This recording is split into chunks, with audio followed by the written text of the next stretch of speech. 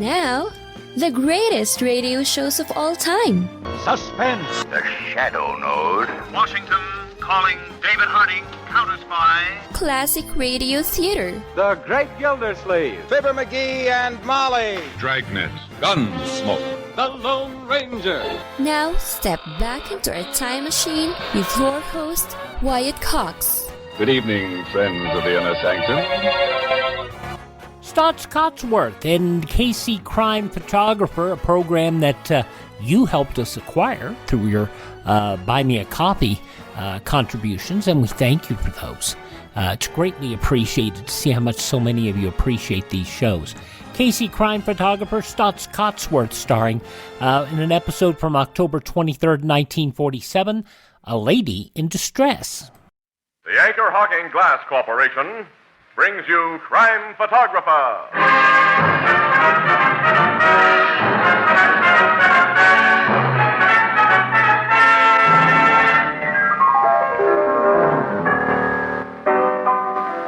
Casey, what does E-M-A-N-S-O-U-M-A-F spell? E-M-A-N-S-O-U-M-A-F. Well, what? Spelled backward, it's famous name. Famous name. Did someone say Anchor Hawking? How come Anchor Hawking? Why, everyone knows that Anchor Hawking is the most famous name in glass.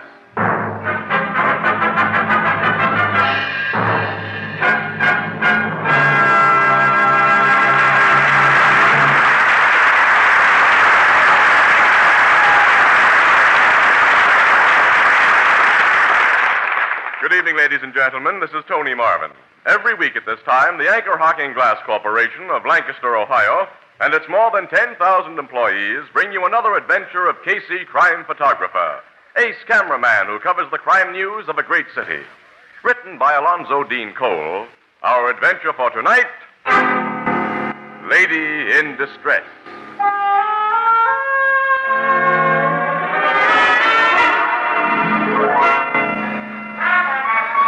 Early, about 2 o'clock, a narrow midtown street lined with raucous nightclubs. Wandering lazily along it is a tall, slim man whose costume in this metropolitan center is, well, bizarre to say the least. For from his 10-gallon hat to his high-heeled boots, he's every inch the cowboy. Suddenly, from a shadowed doorway, he hears... Mister? Huh? Mister, please. You talking to me, ma'am? Yes, come closer. Here, where we can't be seen. Well, sure, ma'am, but what... I'm in desperate trouble, and I simply can't go to the police. Not yet. When I saw you, you're appearing in the rodeo, aren't you? Yes, ma'am, at the Coliseum. And you're from the South, like me. I come from Texas. You're not a part of this town, this street. I can trust you. Well, I reckon you can, ma'am.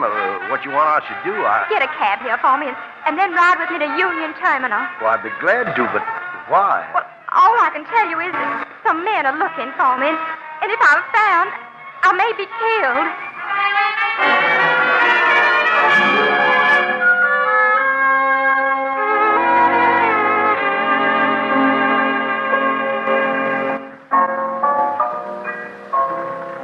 So you and Casey took in the rodeo last night, huh, Miss Williams? No. Casey went alone, Ethel. Yeah, I went alone. I saw a swell show, too. Poor Miss Williams. She had a date with her aunt and uncle. They spent the evening at Pinky Bannister. That clip joint? Yeah, her aunt and uncle are the adventurous type. Well, we had a little excitement at Bannister's Club. That South American playboy. You've heard of him, Ethelbert. Senior Gallo? Oh, yeah. Well, he and another inebriated gentleman got into a fist fight and had to be gently removed by Bannister's muscle men. They say that rich Gallo fella always carries a gold-plated gun and a diamond-studded holster for his self-protection. Did he... No, there were no fireworks. Boy, but I saw the real action at the rodeo, though. Guys bulldogging steers, roping wild longhorns. I really saw a show. Quite a few of them cowboys has been coming into this bar. See their fancy dresses, you know? Just like in them Gene Autry movies. Yeah, there's some swell fellas among them. I got fairly well acquainted with a bunch, taking publicity pictures and all that. Say, here comes one of them now. Hello, Casey. Hey. Howdy, Miss Williams. Hi, Tom. Hello, Mr. Morrissey. Just finished your matinee? Yeah. Ethelbert, shake hands with Barbecue Tom Morrissey. Pleased to meet up with you. Glad to know you. Casey, I was over to your office a minute ago, and they said I'd find you here, so... Oh, you want to see me about something? Yeah. Would you excuse us, Miss Williams? Why, sure. Yes, of course. What's wrong, fella? You look kind of worried. I'm terribly worried, and I know you well enough to figure you're a good man to come to for advice. Last night, Casey, I met a young lady. Oh, wait a minute. When it comes to women, Tom, I don't know from nothing. Well, you might know how I can find her. You met her last night? You lost her already? Well, she was in big trouble, Casey, and it was really early this morning I met her.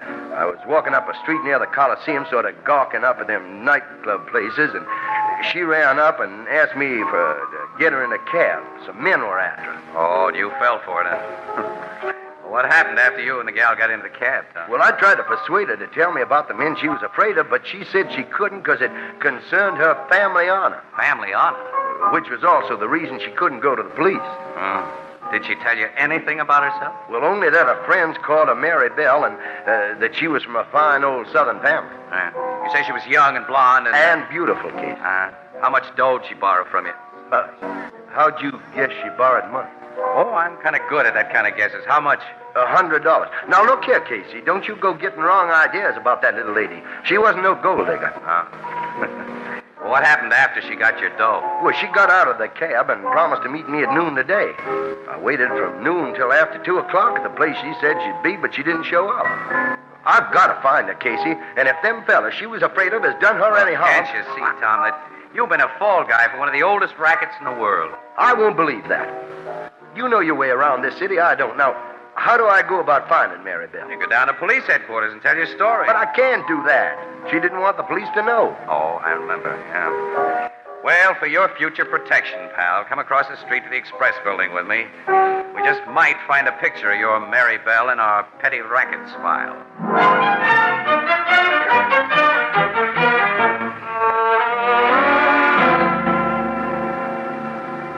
Casey, I told you I wouldn't find anyone who looked like that little lady among your pictures of female crooks. Well, she's been smart enough not to get mugged for our files, I guess, that's all. Will you do now as I asked you to do at first? Try to find a photo in your high society files. That's where she belongs. Oh, yes, she's a good singer, too. Singer? Yes, she gave one of them concerts here once. She gave a concert? Uh-huh, she let that slip when I said she had a beautiful speaking voice. Well... just to humor you, Tom, we'll see what's cross-filed under concerts.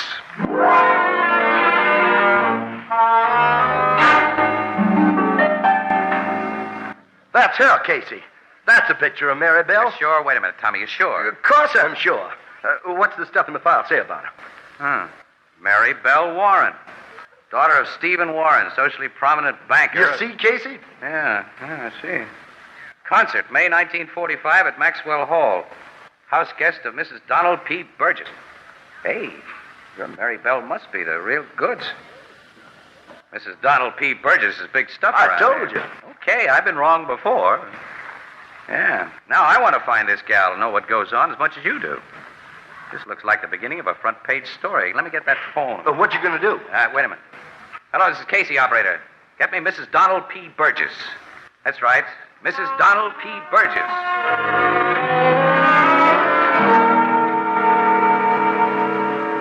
Yeah, thanks very much, Mrs. Burgess. I know I've given you cause for worry, and I'm sorry.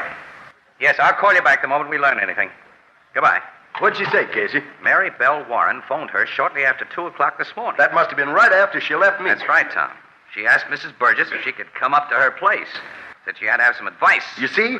Something happened to her. Yeah, the girl never did show up. Afraid that's the way it adds up, too. Whatever happened must have started, though, about 3 months ago. What do you mean? Because Mrs. Burgess said that Miss Warren and her family are old friends, you see, and 3 months ago, she got a letter from the gal's mother in the South saying that Marybelle had abruptly decided to come here. And that phone call this morning is the first that anyone has heard from her. Well, what in tarnation do you suppose? Well, what basis have I got to suppose anything? A strange babe takes you for $100 with what sounds like the gal in distress gag. Then she turns out to have a millionaire father and top-hat social connections. But we're wasting time here. We've got to find that little lady. Wait a minute. That's too big a job for you and me, pal. We got to take this to the cops. Yeah, I guess you're right. Yeah, they'll probably crab my chance for an exclusive, but... well, we'll take this picture of Miss Warren and get him started. Casey? Oh, hello, Annie. Hey, Annie, come in here a minute. Well, look, you get a lot of woman page assignments. You ever run across the blonde in this picture?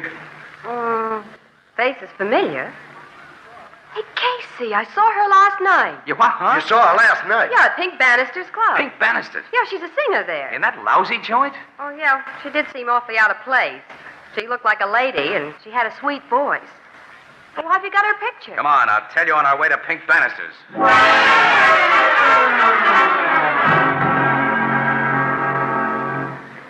What makes you interested in my blonde singer, Casey? Oh, Miss Williams heard her here last night, Pink. Thought she was good. That's all. Good enough to deserve a little free publicity, Mr. Bannister. This cowboy gonna help you get it? I've already explained that Tom Morrissey is a friend of ours. We just brought him along. That's right. What's the girl's name, Mr. Bannister? I didn't catch it last night. Her name's Lottie Dunbar. Lottie Dunbar. Yeah. How long she worked for you? Ooh, about 2 months. Where does she live? Montrose Hotel. Oh, it's not a very classy joint. How late does she work here? Well, our last floor show is 3 a.m. Did she work that late this morning? No, she said she was sick. She left early. We need more than that information.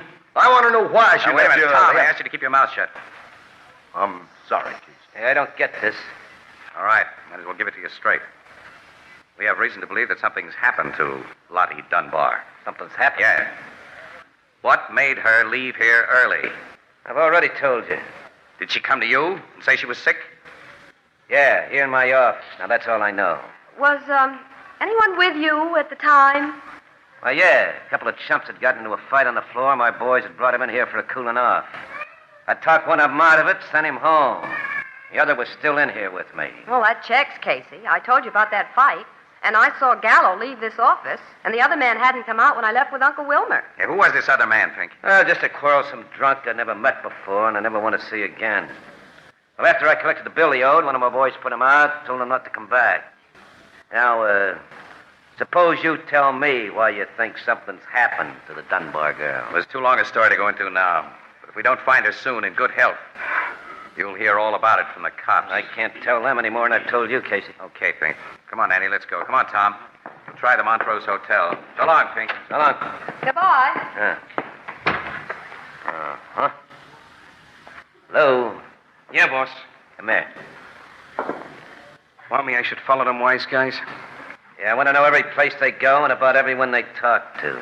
I'll be with them all the way. And, if it seems necessary... Sure, boss. I know what to do.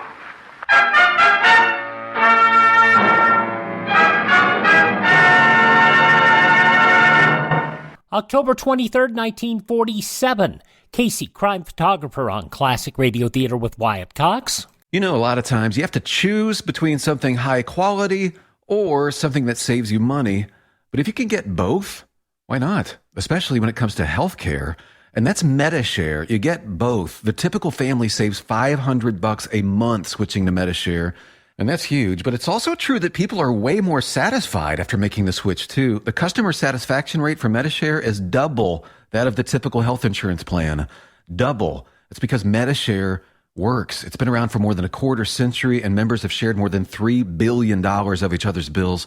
People love having telehealth and a huge PPO network, so yeah, really, you could save a ton and like it better. Imagine being happy with how you're taking care of your health care. If you're self-employed or part of the gig economy, or you just want a plan you're happy with, you can call right now and get a price within 2 minutes. Here is the number you need. Call 833-34-BIBLE. That's 833-34-BIBLE. 833-34-BIBLE. Classic Radio Theater with Wyatt Cox. More of Casey, crime photographer, October 23rd, 1947.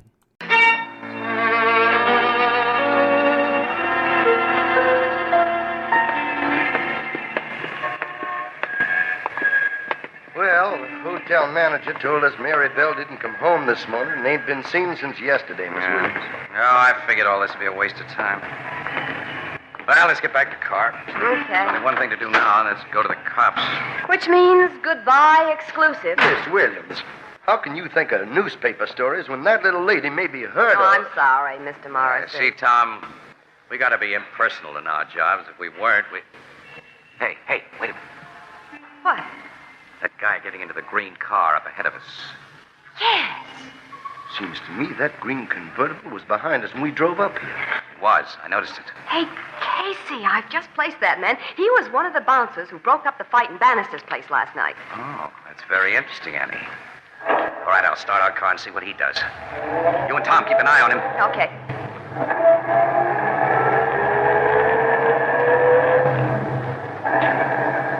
Yeah, he's following us, all right. See you alone in the car? Yeah. We may be closer to information about Marybelle Warren than we figured a few minutes ago. If that guy is tailing us, I've got an idea.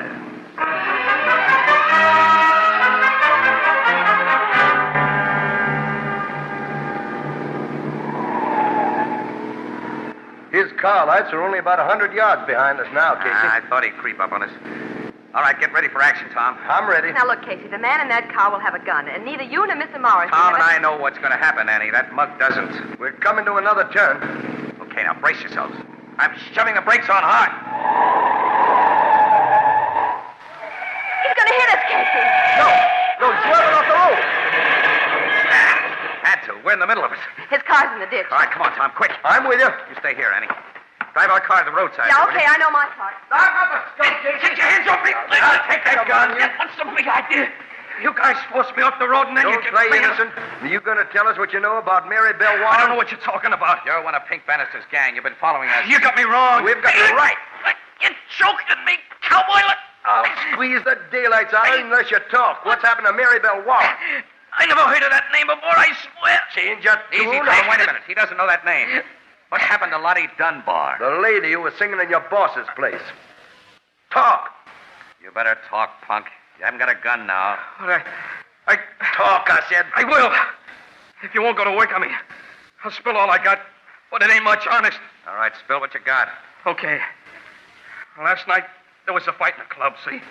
Between two drunks. Yeah, that South American guy, Gallo. And another guy I never seen before. Me and the head bouncer, Jim Robbins, we broke it up. And Pink had us shagged the scrappers in his private office. Pink told me to get back into the club, but Jim stayed in the office. All right, go on. Well, a little later, I get a rush call from Jim to go with him.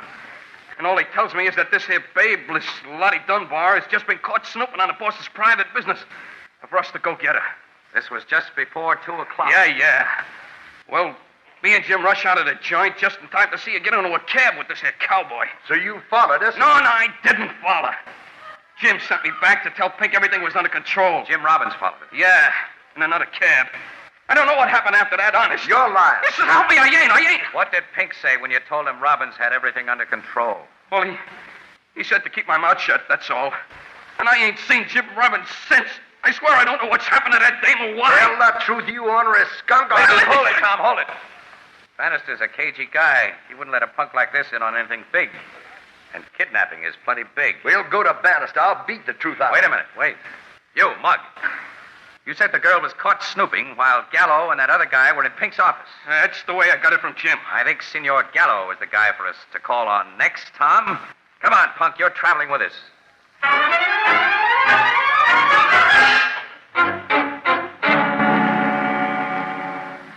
I can tell you nothing more.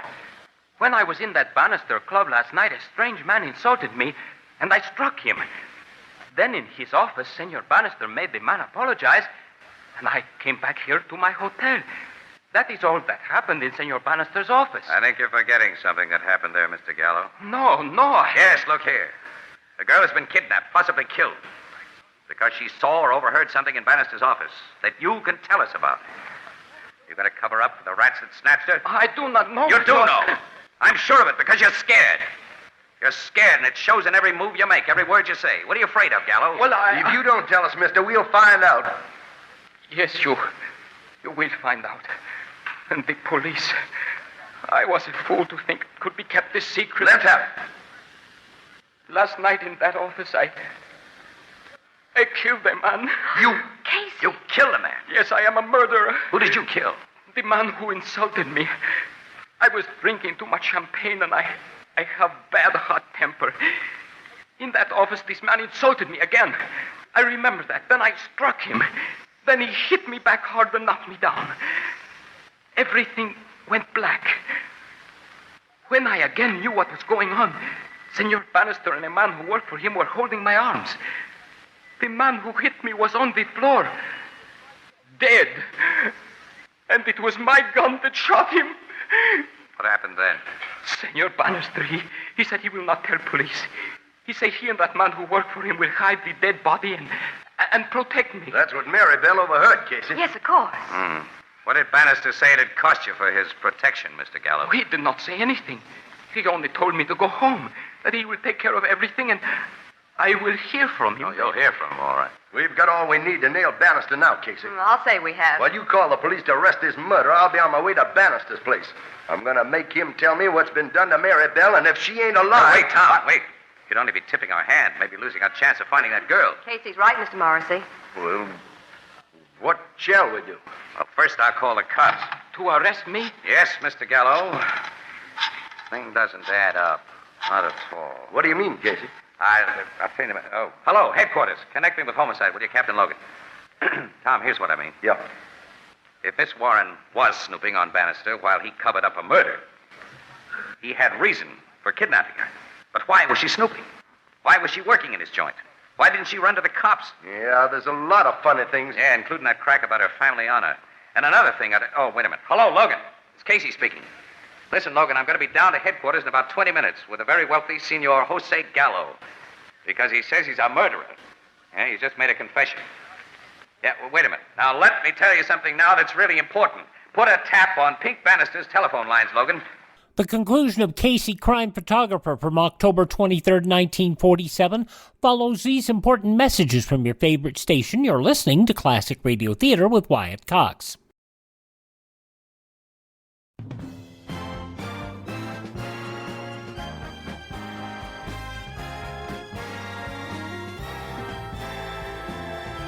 Now the conclusion of Casey, Crime Photographer on Classic Radio Theater with Wyatt Cox from October 23rd, 1947.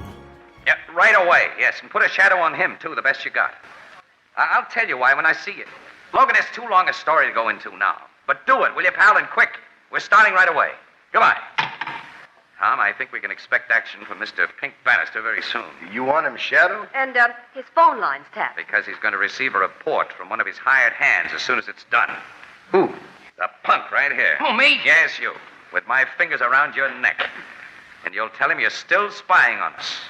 That we've been talking to Senor Gallo, that we've just left his hotel with him, and you overheard us say we were taking him to police headquarters. We'll be at police headquarters when you phone that report. I get it, Casey. Bannister will guess that Gallo's confessed to us, and he'll make some kind of a break. I think so, Annie. You know, I've acquired a hunch about that family honor gag of Marybelle's. Oh? What is it? No. It's the kind of hunch I might talk myself out of if I talked about it. Let's get down to Logan's.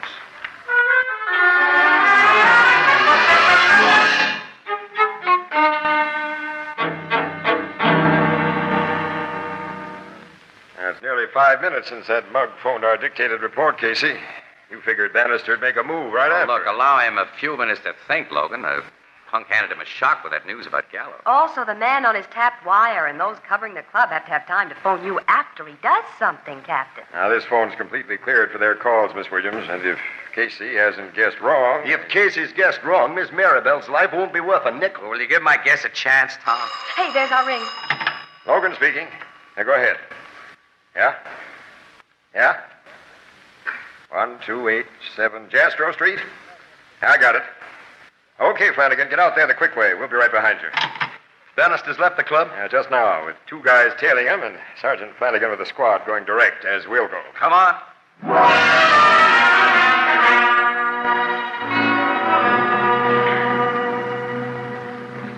He's gone into the house, Captain. That's all I've been waiting for, cowboy. My men have the joint completely surrounded. Come on. That big window in front, Logan? Yeah, watch out for flying glass, Miss Williams. Yeah, my head's down, Captain. Here goes. Hands up, Bannister! You 2 other mugs. Now get the cuffs on the man. Come on, you 2 guys. Hey, that black-haired man, Casey. He's the one Gallo had the fight with. Alive! That proves my hunch, Annie. He's the guy Gallo was supposed to have murdered. Supposed to have murdered? Yes, Logan. There wasn't any killing. Those guys simply put on an act that was convincing to Gallo. Expected to collect millions for covering up his crime, but Miss Warren got wise to the gag, and Gallo confessed. Where's Miss Marybelle? If you've harmed one hair of her head, Bannister... And she hasn't been hurt. We found the girl, Captain. Marybelle! Oh, Mr. Morrissey, I knew you'd find me. Well, that's a pretty picture. Hold it, will you? Looks like romance, Casey. Uh-huh. At least a reasonable facsimile there. How'd you get wise to this fake murder business, Casey? Well, Logan, all the parts wouldn't fit together in any other pattern. Look, after I get a few more pictures, I'll tell you why. Smile for the camera, Bannister, will you? You dirty lousy. Such a sour disposition.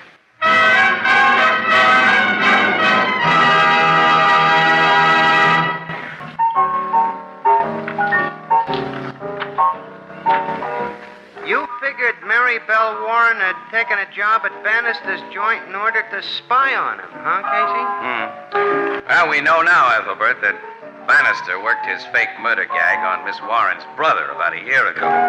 Has been blackmailing him ever since. Her brother finally confessed the supposed killing to Marybelle, and she refused to believe that he'd murder anyone. So she came down here under an assumed name to get the lowdown.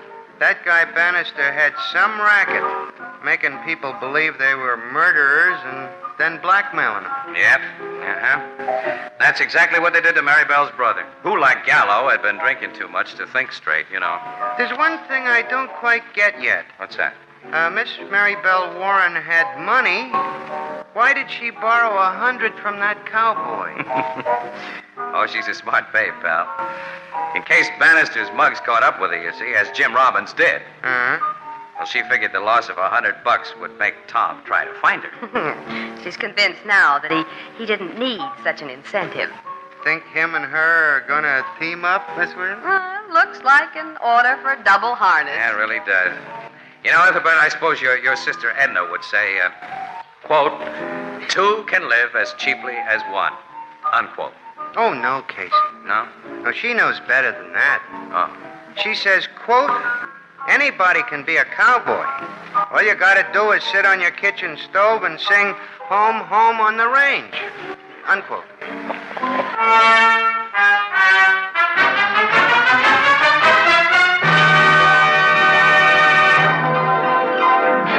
Crime Photographer, starring Staats Cotsworth as Casey, is brought to you each Thursday by the Anchor Hocking Glass Corporation, makers of Fire King Oven Glass, Anchor Glass Containers, Anchor Caps and Closures. All products of Anchor Hocking, the most famous name in glass.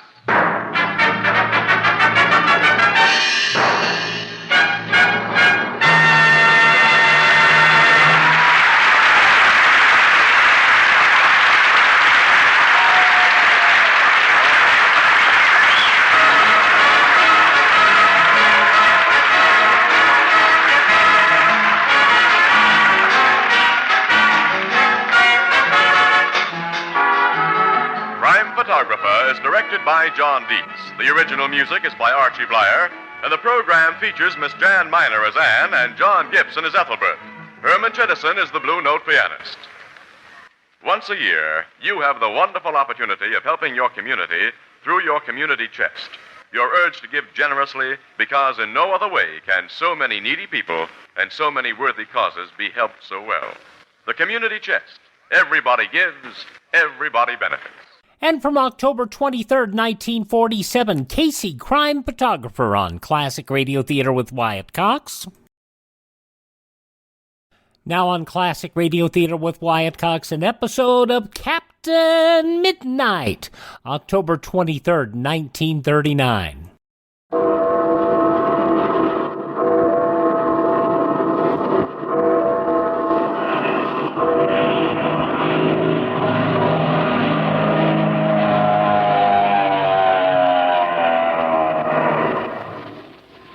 The Skelly Oil Company presents Captain Midnight.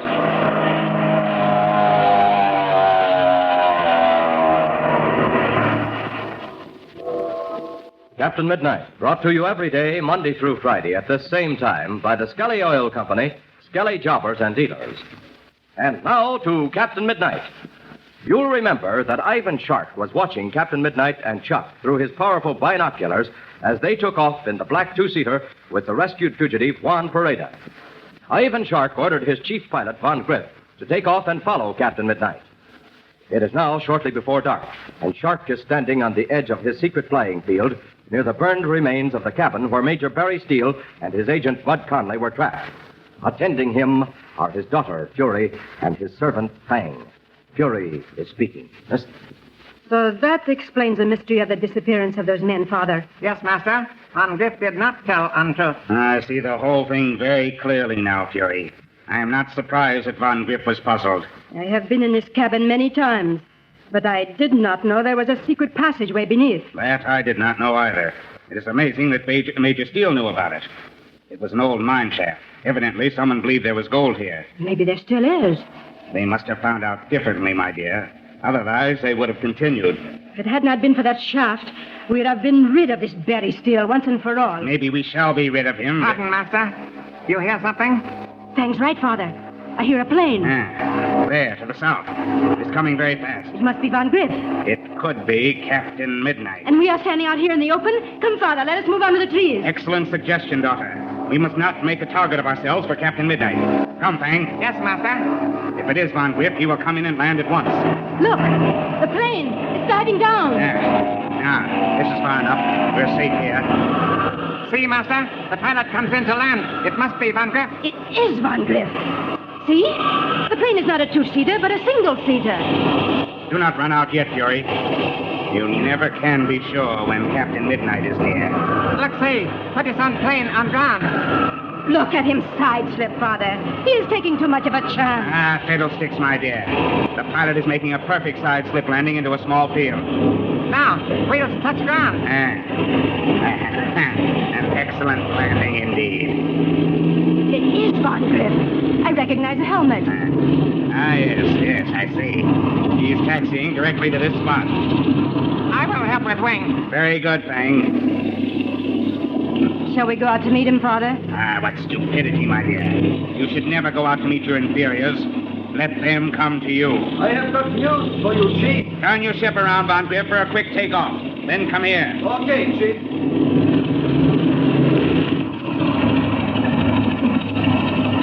Look at Van Griff's face, Father. He is disturbed about something.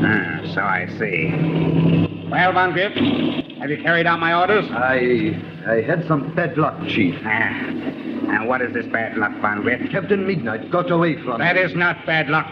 That is rank stupidity. I warn you, Van Griff. A little more of this and you will never... I could not help it, Chief. Captain Midnight flew into a deep barranca which had many turns. Excuses, alibis, that is all you give me. If you will tell the truth, you will confess that Captain Midnight was just too smart for you. That is not Enough! I will not listen. Did you follow my other command to fly across the ridge? Yes, Chief. And from there I bring good news. Well, what is it? Tex Rossman and his men had the cabin surrounded. Well, that is better. What are your orders, then? Everyone in that cabin must be captured alive. In the first place, I do not wish to be put in the position of fighting a mother and her daughter. In the second place, and more important, it is only in that way that I can lay a trap for Captain Midnight. If you capture that Donovan woman and her daughter, Captain Midnight will never leave until he has rescued them. Or is dead. I see you know Captain Midnight very well, my dear Fury. Now, Van Griff, listen closely. You will get 4 25-pound bombs from headquarters. One of them a dud with the firing pin removed and filled with sand. Drop this dud as close to the cabin as possible first.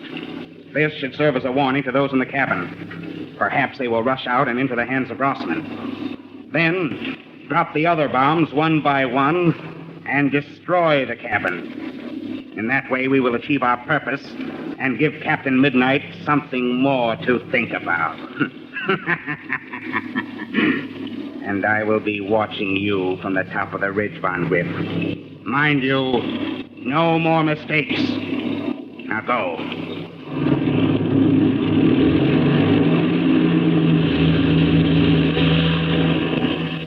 While Ivan Shark's orders are being given, Captain Midnight and Chuck leave the rescued fugitive, Juan Pareda, asleep, and follow a narrow mountain trail down to the cabin where they left Ma and Patsy Donovan guarded by Pinky and Slim.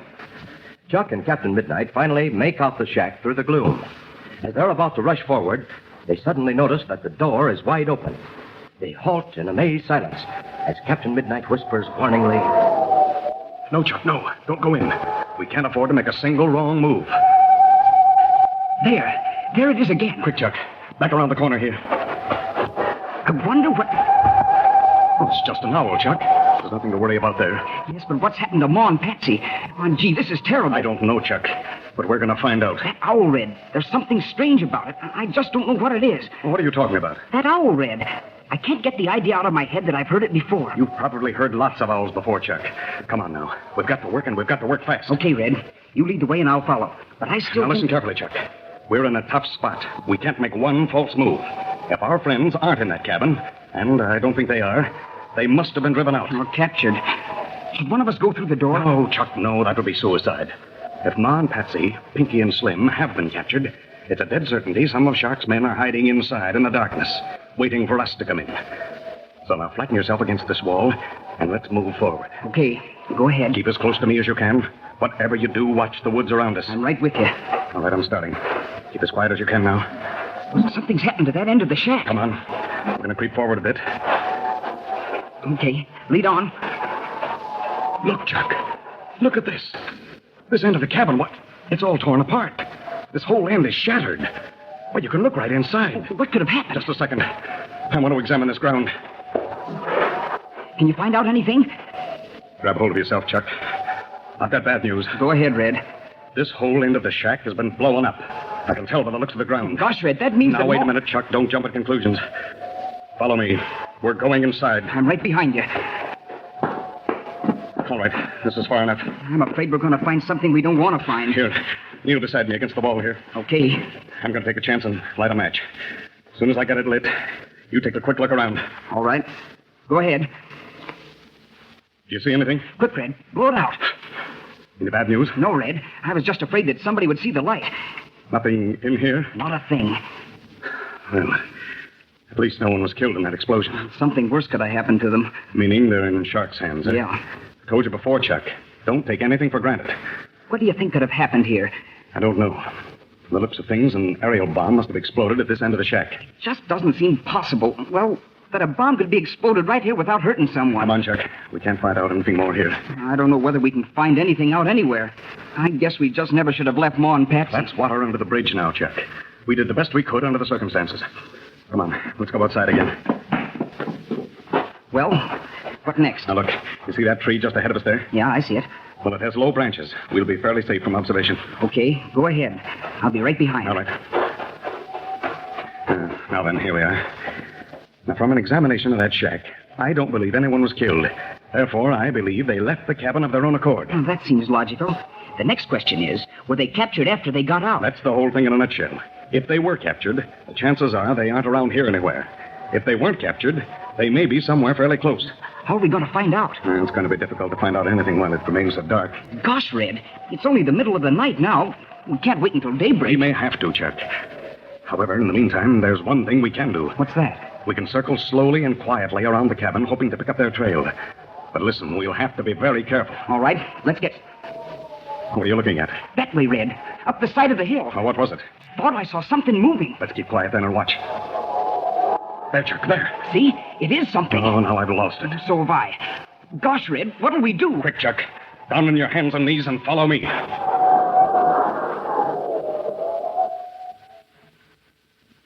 Again, the sinister Ivan Shark has contrived a diabolical scheme to strike at Captain Midnight. And while this tense struggle between Captain Midnight and Ivan Shark continues, what about Major Barry Steele and Bud Conley in the Spartan? Have they reached the border safely? Don't miss the next adventure when screaming terror from the skies plunges down at the lonely cabin across the ridge. Now, don't forget to tune in again tomorrow, same time, same station, for further transcribed adventures of Captain Midnight, brought to you by the Skelly Oil Company, Skelly Jobbers and Dealers.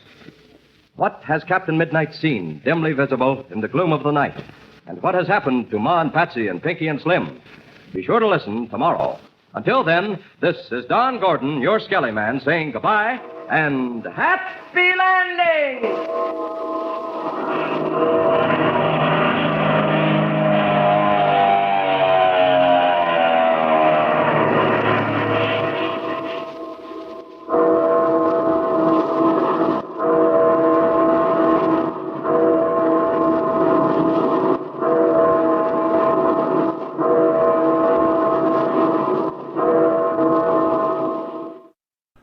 October 23rd, 1939, Captain Midnight here on Classic Radio Theater with Wyatt Cox. And your name, sir?